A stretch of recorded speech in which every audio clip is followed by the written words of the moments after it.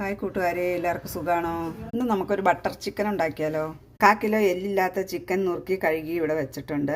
ചിക്കനിലേക്ക് 1 സ്പൂൺ മുളക് പൊടി ഇട്ട് കൊടുത്തിട്ടുണ്ട്.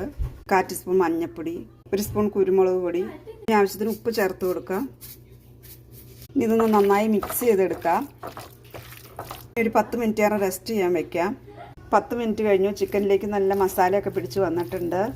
പാൻ അടുപ്പത്ത് വെച്ച് എണ്ണ ഒഴിച്ച് കൊടുത്തിട്ടുണ്ടെങ്കിൽ ചിക്കൻ ഇട്ട് കൊടുക്കാം. ചിക്കൻ ഒന്ന് മൂടി വെച്ച് വേവിച്ചെടുക്കാം.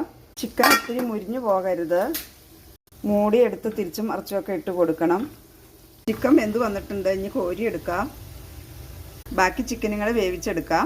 അപ്പോൾ നമുക്ക് അതിന് വേണ്ടിയുള്ള ഗ്രേവി തയ്യാറാക്കാം. കുറച്ച് ബട്ടർ പാനിലേക്ക് ഇട്ട് കൊടുത്തിട്ടുണ്ട്. ബട്ടറില്ലെങ്കിൽ വെളിച്ചെണ്ണ അല്ലാത്ത വേറെ ഏത് എണ്ണ ആയാലും ഒഴിക്കാം. ബട്ടർ ചൂടായി വന്നിട്ടുണ്ട്. ഇനി ഒരു ചെറിയ സ്പൂൺ ജീരകം ഇട്ട് കൊടുക്കാം. ചെറിയ 2-3 കഷ്ണം കറുകപ്പട്ടയും 3 ഗ്രാമ്പും ഇട്ട് കൊടുത്തിട്ടുണ്ട്. ഒരു 3 അല്ലി വെളുത്തുള്ളിയും ചെറിയ കഷ്ണം ഇഞ്ചിയും. ഇത് ചൂടായി വരുമ്പോൾ ഒരു സബോള ഇട്ട് കൊടുക്കാം അരിഞ്ഞത്. ഒരു ലേശം ഉപ്പിട്ട് കൊടുക്കാം.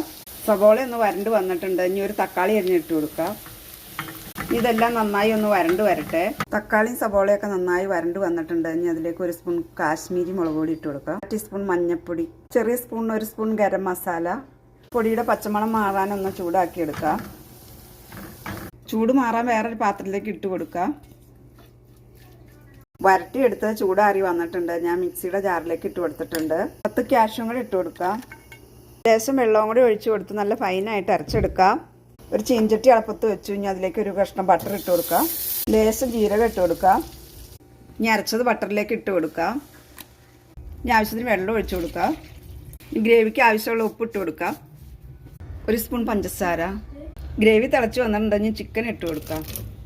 ലേശം മല്ലിയില, ലേശം കസ്തൂരി മെത്തി കയ്യിലിട്ട് തിരുമ്മി ഇട്ട് കൊടുക്കാം. ഒന്ന് മിക്സ് ചെയ്തെടുക്കാം. അപ്പോൾ നമ്മുടെ ബട്ടർ ചിക്കൻ ഇവിടെ റെഡിയായി.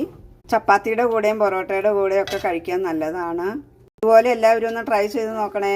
അപ്പോൾ എൻ്റെ വീഡിയോ ഇഷ്ടപ്പെട്ട സബ്സ്ക്രൈബ് ചെയ്യാനും ലൈക്ക് ചെയ്യാനും ഷെയർ ചെയ്യാനും ഒന്നും മറക്കരുത്.